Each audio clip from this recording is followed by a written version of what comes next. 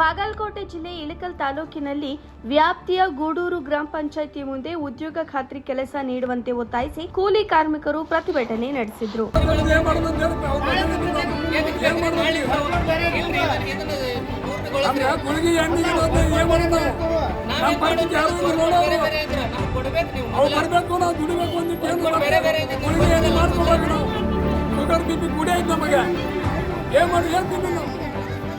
ಇವತ್ತು ಕೆಲಸಕ್ಕೆ ಹೋಗಾರಲ್ಲ ಅದನ್ನೇ ಹೋಗೋದಿಲ್ಲ ಸರ್. ನಾಳೆ ನಾವೇ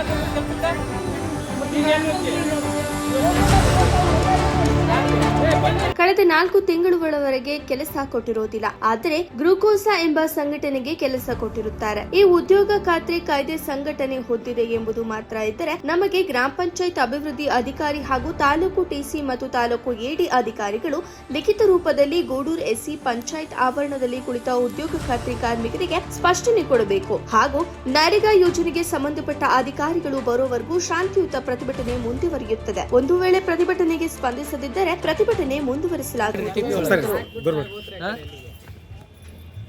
ಟಿಪಿ ಒಳಗೆ ಏನ್ ದಗ್ಧ ಮಾಡ್ತಾರ್ರಿ ಅವರು?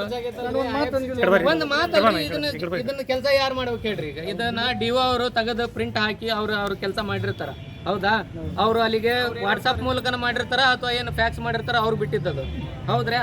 ಈಗ ಅದಕ್ಕೆ ಹೇಳುದು ನಾ ಏನ್ ಹೇಳ್ತೀನಿ, ಟಿ.ಸಿ ಅವರು ಇವರು ಎಡಿ ಅವ್ರು ಬಂದ್ರಪ್ಪ ಅಂದ್ರ ಇಂಥವೆಲ್ಲ ಸಮಸ್ಯೆ ನಾವು ಹೇಳ್ಕೊಂತೀವಿ ಅವ್ರಿಗೆ. ನಂದು ಕ್ಲಿಯರ್ ಅಲ್ರಿ, ಸಾಕಷ್ಟು ಜನ ಅದಾವ್ರಿ.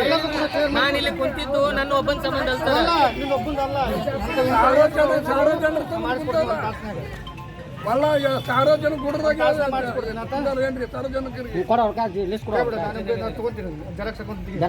ಅದಾವ್ರಿ, ನಿಮ್ಮ ಕಡೆ ಅದಾವ್ರಿ, ನನಗೆ ಬೇಕಿದ್ದು.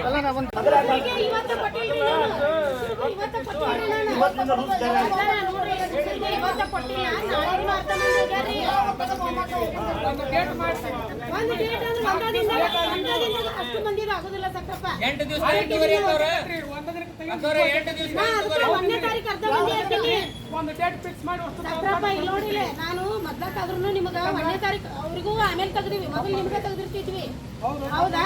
ಒಂದು ದಿನ ಈಗ ಮುಂದಾಗಿ ಅವರು ಆಮೇಲೆ ತೆಗಿತೀನಿ. 1ನೇ ತಾರೀಕು ಹಾಕಿನಿ, ಬೇಕಾದ್ರೆ ಇನ್ನೇ ಕೊಡ್ತೀನಿ.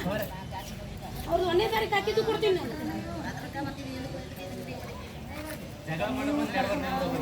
ನೋಡಿ ನೀವು ನಮ್ಮ ಸೇರ್ಕೋಬೇಕಂತ ಪಂಚಾಯತ್ ಅವ್ರನ್ನ ತಿಳಿಸ್ಬೇಕಾಗ್ಯದ.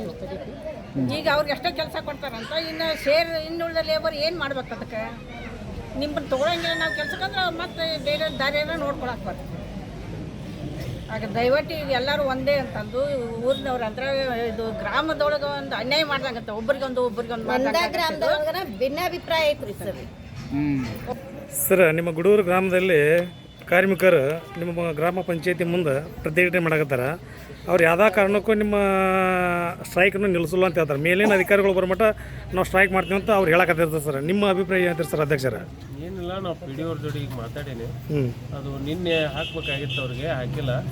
ಈಗ ಅದ್ರಾಗೂ ಅರ್ಧ ಮಂದಿಗೆ ನಾಳೆಗೂ ಹಾಕ್ಯಾರ.